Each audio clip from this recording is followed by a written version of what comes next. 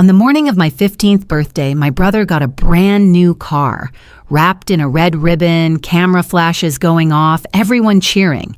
I got a folded piece of paper, a chore list, no cake, no happy birthday. Just a reminder to clean the bathroom and focus on finals. Hi, I'm Grace.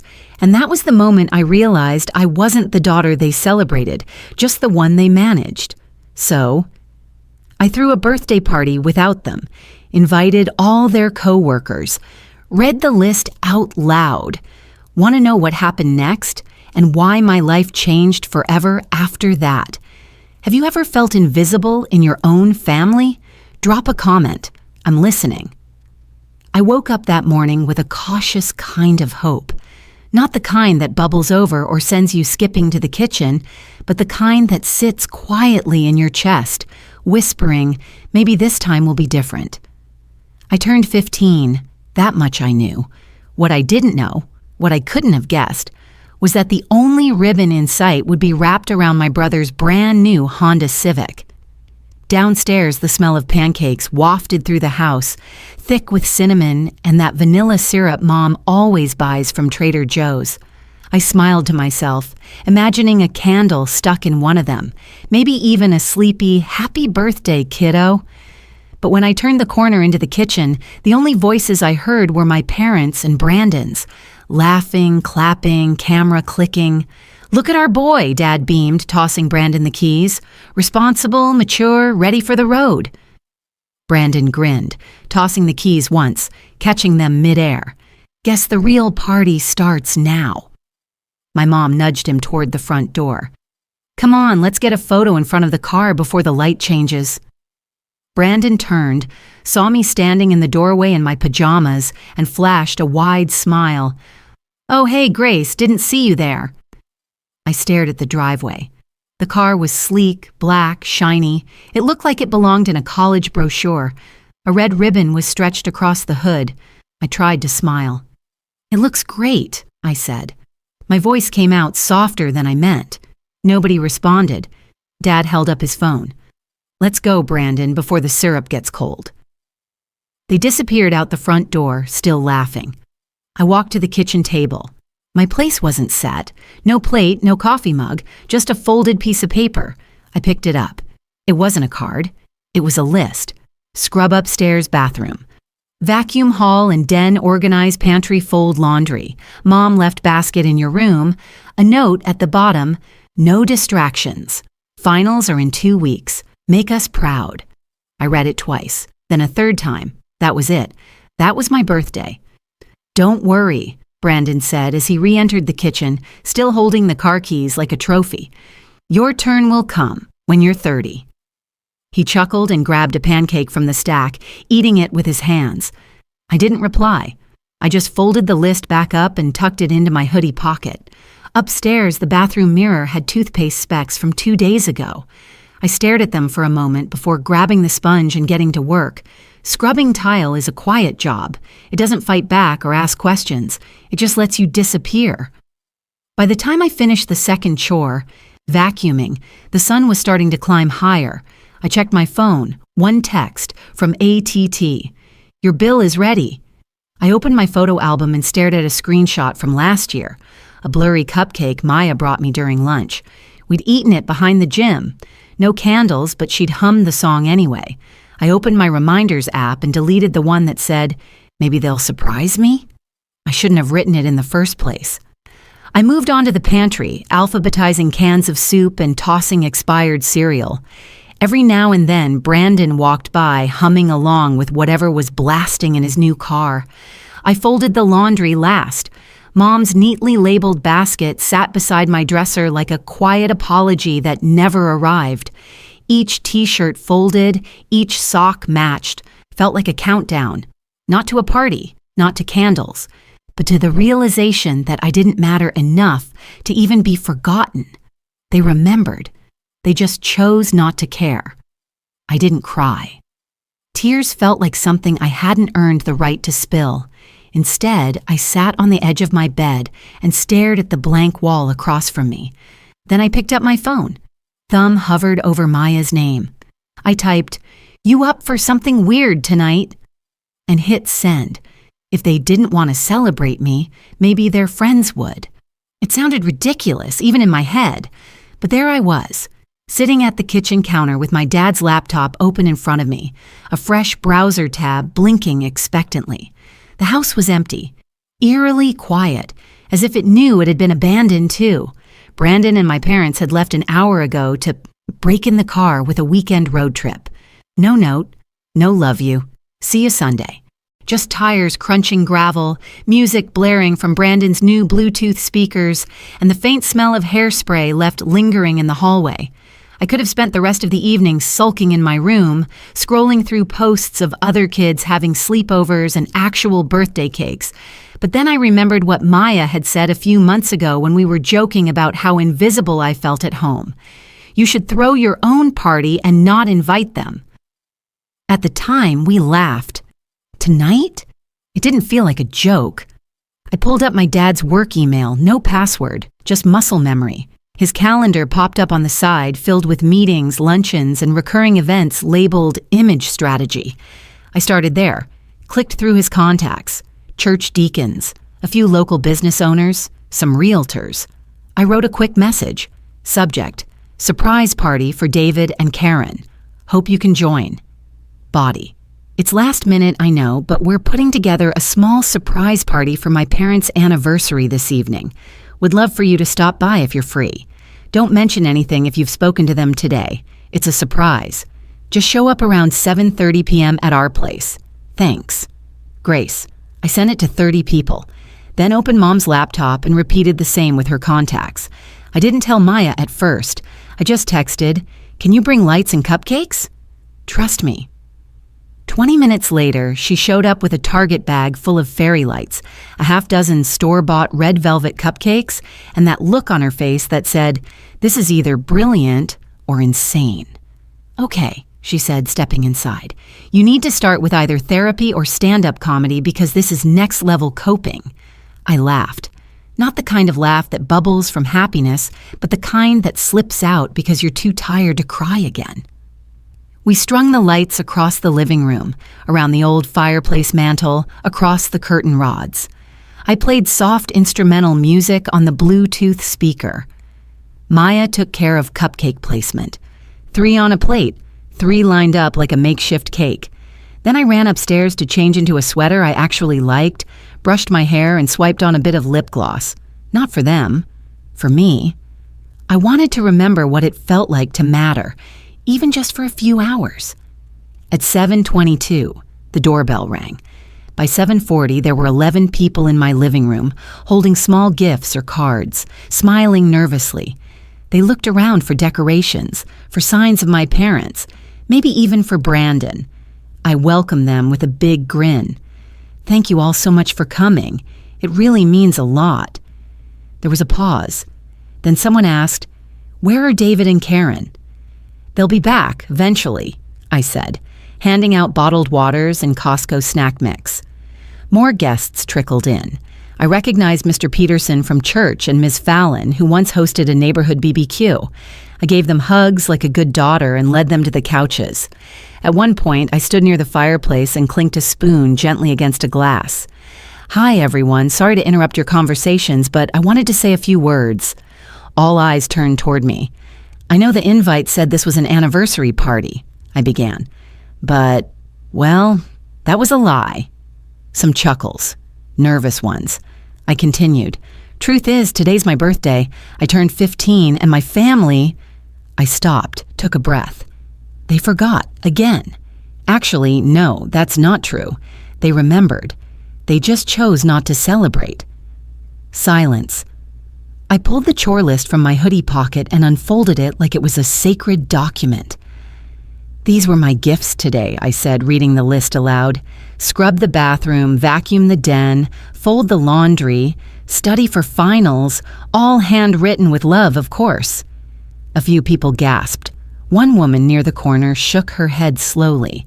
Another whispered, "Unbelievable." I smiled, but it didn't reach my eyes.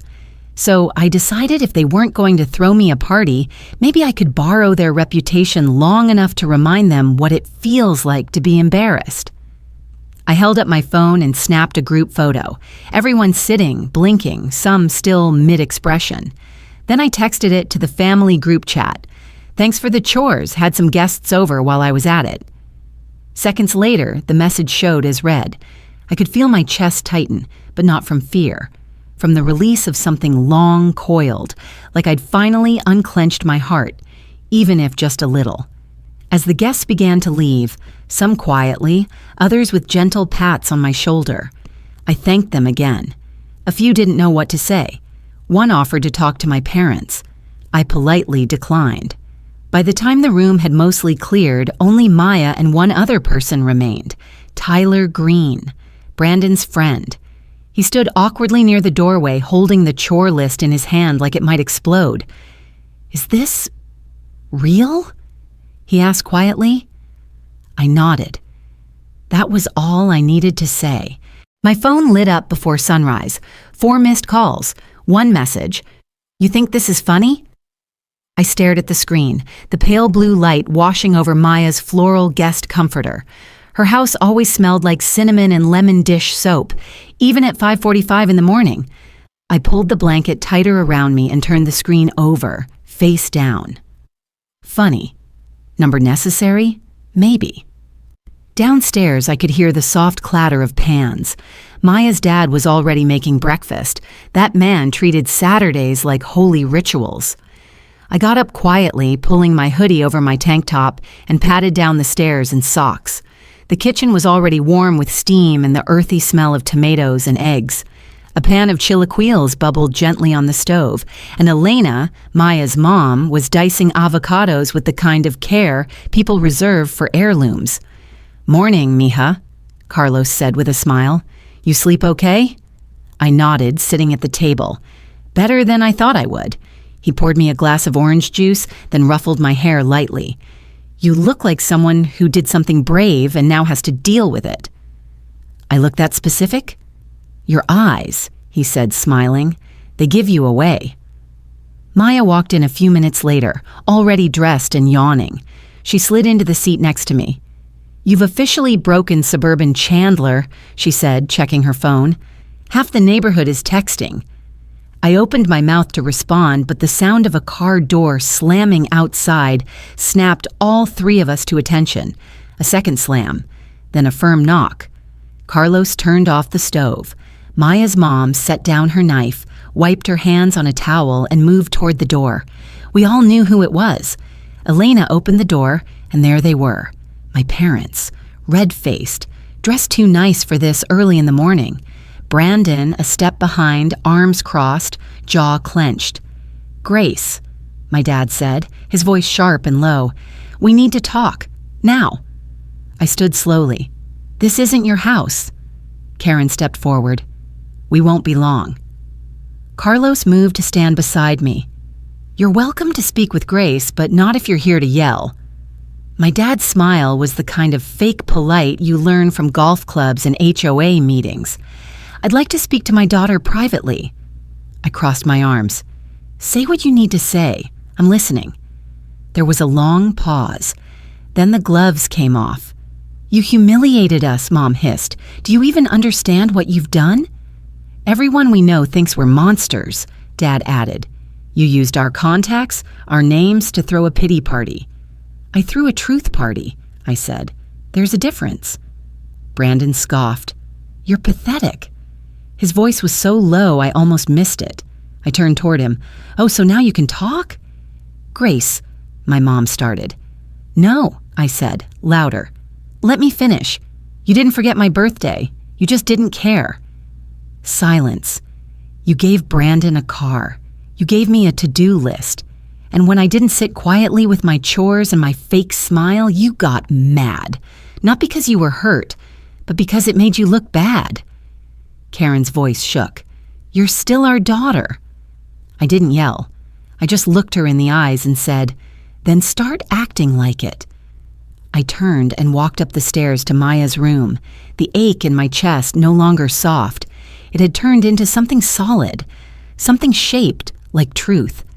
I didn't slam the door. I just closed it hard enough that they knew I meant it. I sat on the edge of the bed for a long time, hands gripping the edge of the mattress.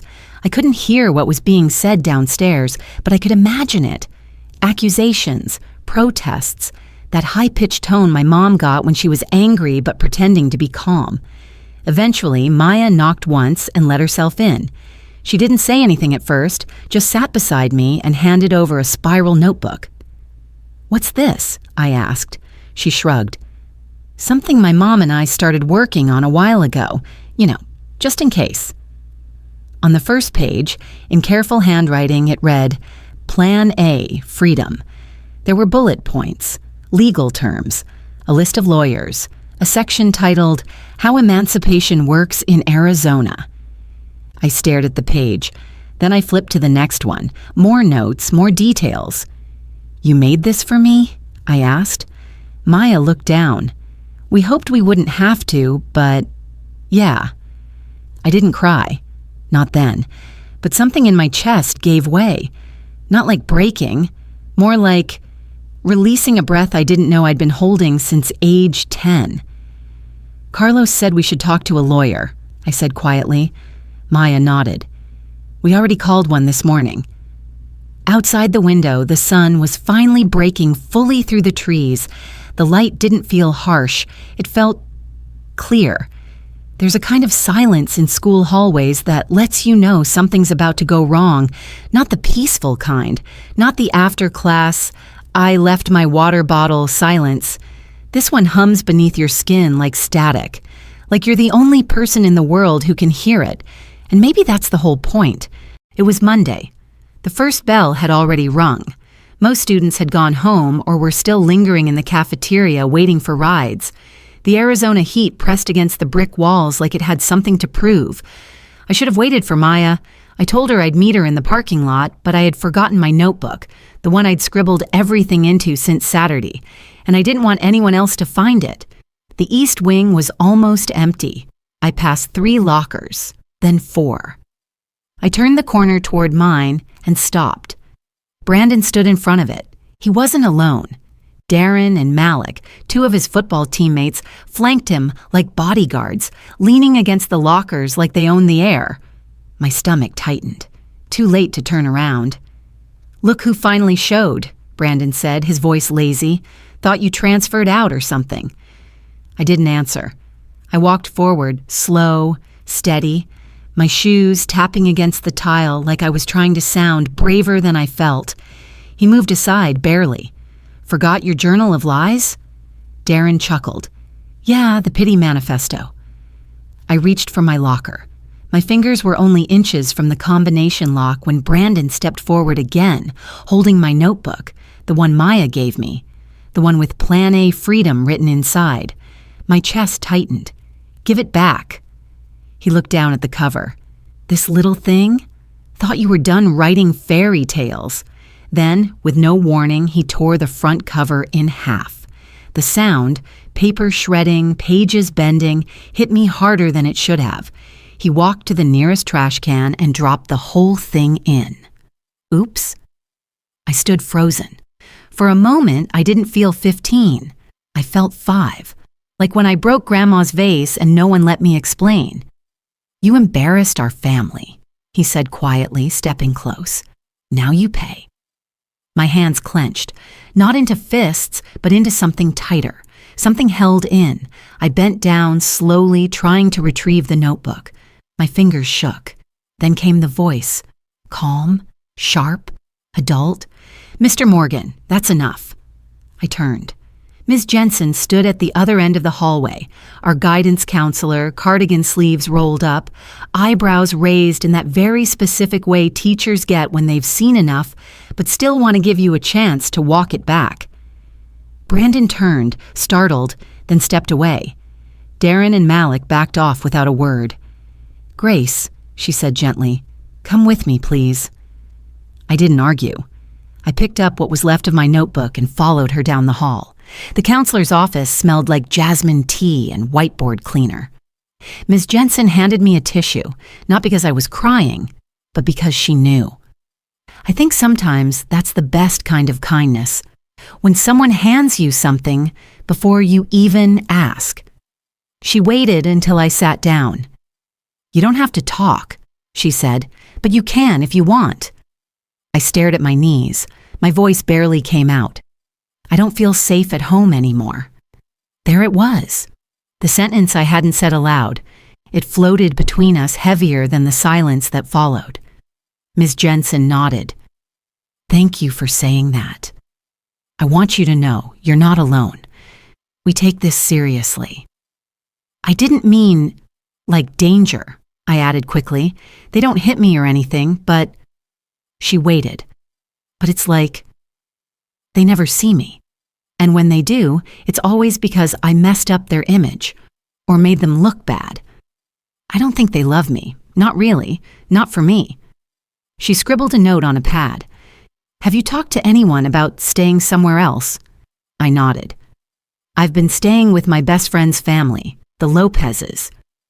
Her eyes softened. "That's good. That's very good." After a few more quiet minutes, she walked me down to the nurse's office to wait, said it was standard that they'd be contacting my emergency contact, but that I could request who that was. I asked her to call Carlos Lopez. The nurse gave me a ginger ale and a cookie and said I could rest until he arrived. I sat on the cot by the window and watched the branches outside sway against the orange sky. Time passed in a blur of soft noises and distant lockers slamming shut. Then I heard footsteps, familiar ones. Maya appeared in the doorway, her eyes scanning the room until they landed on me. She didn't speak.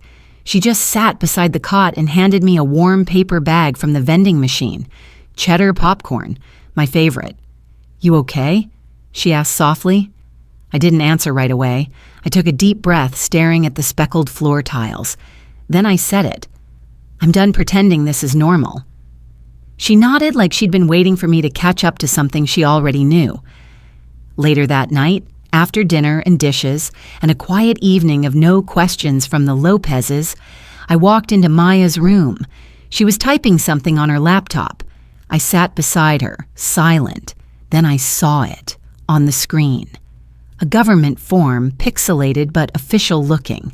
Across the top, "Petition for Emancipation, State of Arizona." She didn't say a word, just clicked print. I sat down at her desk staring at the pages as they came out of the printer one by one. My name, my birthday, boxes to check, lines to sign. And all I could think was, this wasn't how I pictured growing up, but maybe it was how I saved myself. I didn't run away. I just finally walked towards something that felt like mine. That morning, the Lopez kitchen smelled like cinnamon tea and orange peels. The air was soft, like it hadn't decided whether to be summer or fall. Elena stood at the stove in fuzzy slippers, humming some song I didn't recognize but somehow still made me feel at home. Carlos was reading the paper, yes, a real one, and Maya was peeling a banana with one hand while scrolling on her phone with the other. It looked so normal. Too normal, considering what was about to happen. I sat down at the table, not touching the plate of toast she'd placed in front of me. My hands were sweating. My stomach couldn't tell if it was nervous or just skipping ahead to fear. Carlos looked up. "You okay, Grace?" I nodded, then shook my head, then nodded again. "I don't know." He folded the paper neatly and set it aside. "Listen, whatever you choose today, we'll back you.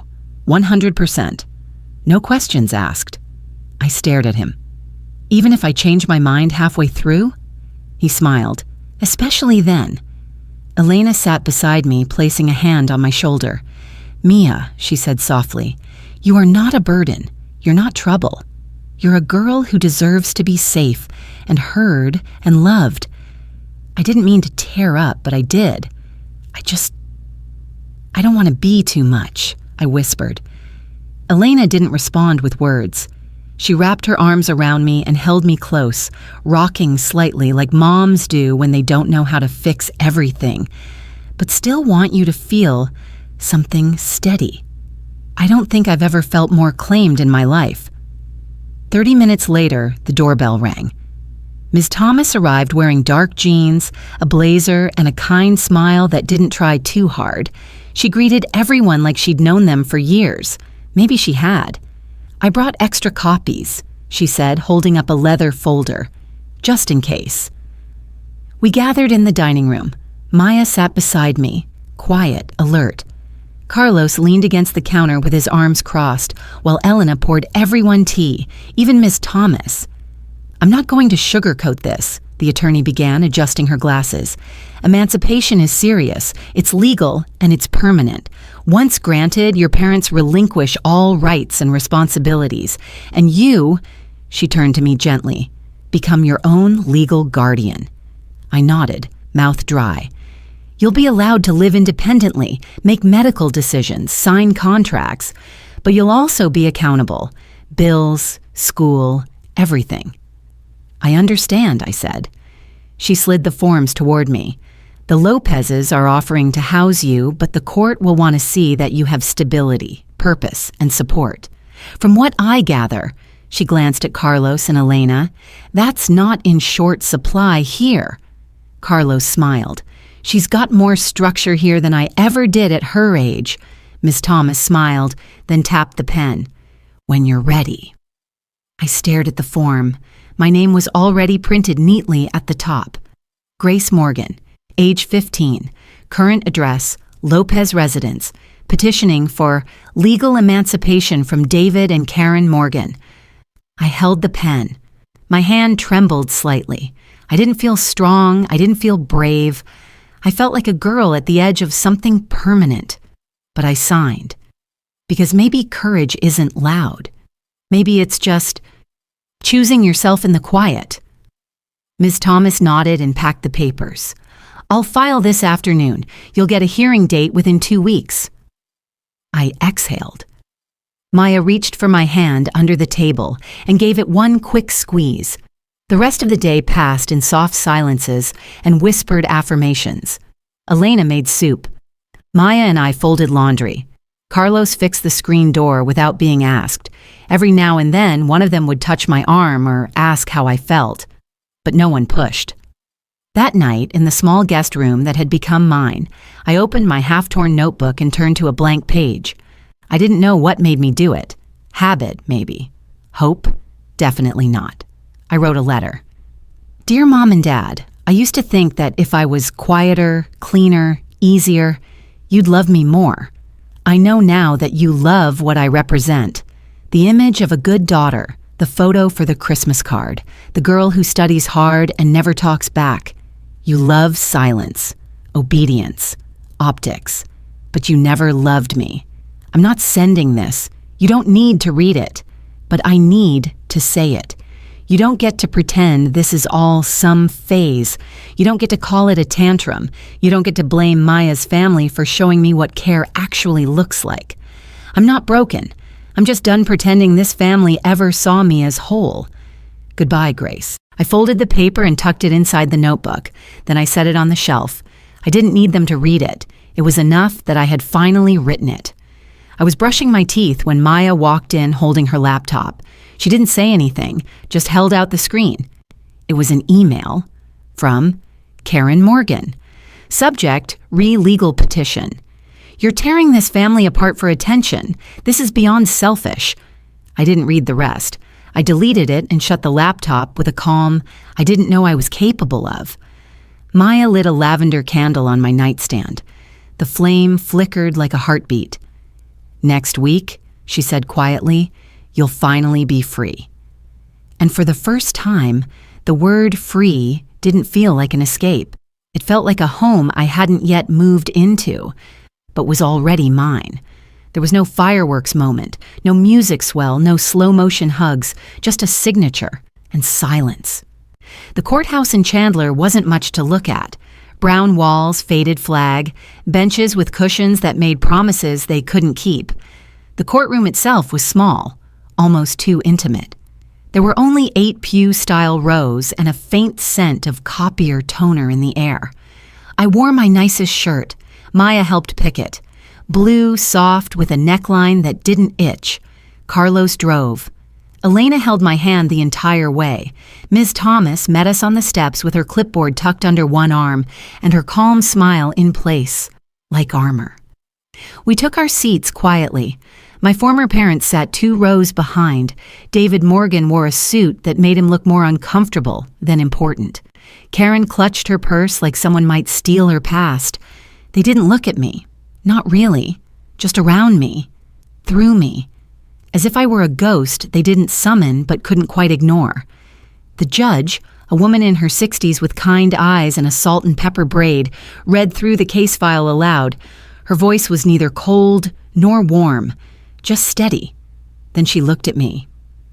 "Miss Morgan, I understand you've prepared a statement?"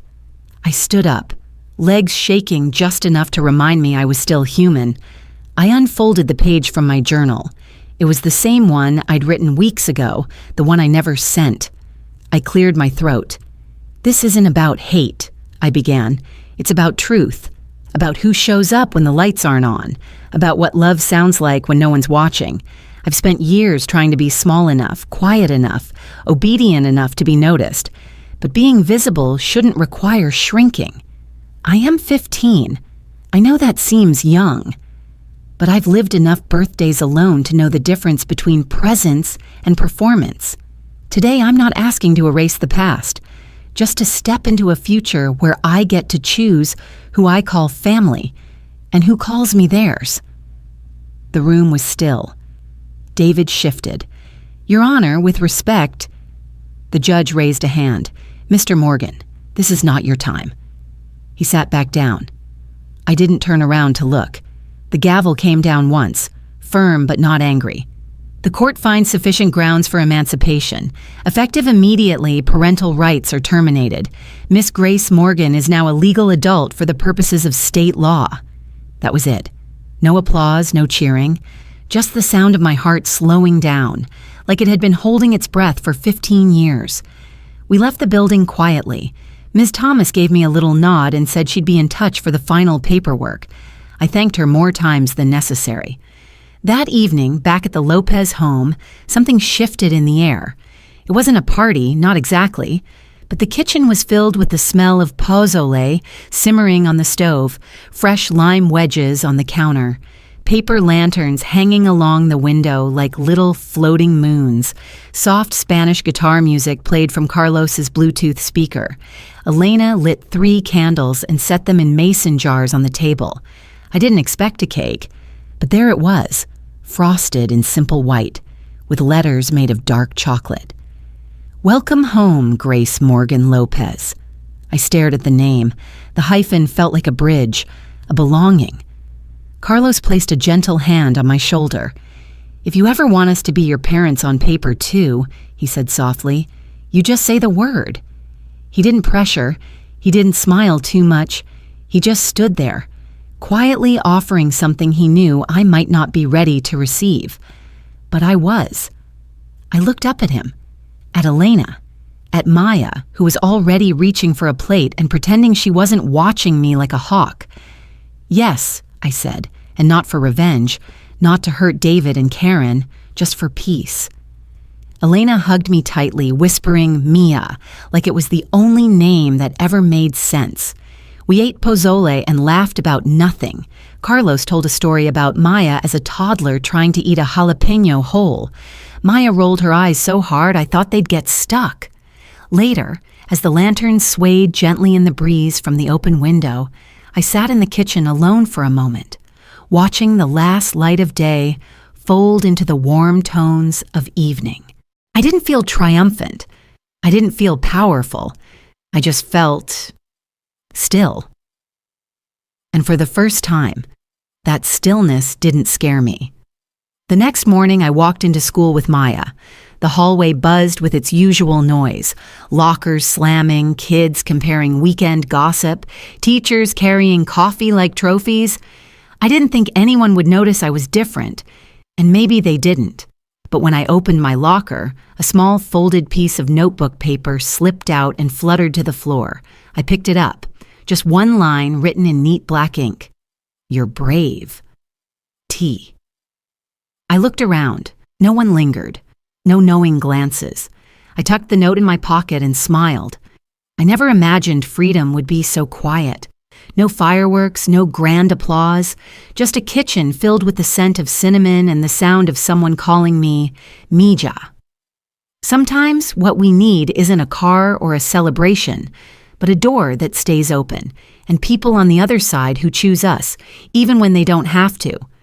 In life, family isn't always defined by blood, but by who shows up with open hands and a soft place to land. Being brave doesn't always look loud. It can simply mean choosing peace over permission. If this story reminded you of someone you love or helped you feel a little less alone, I'd be honored to hear your thoughts. Thank you for listening. And wherever you are, I hope you feel claimed by love.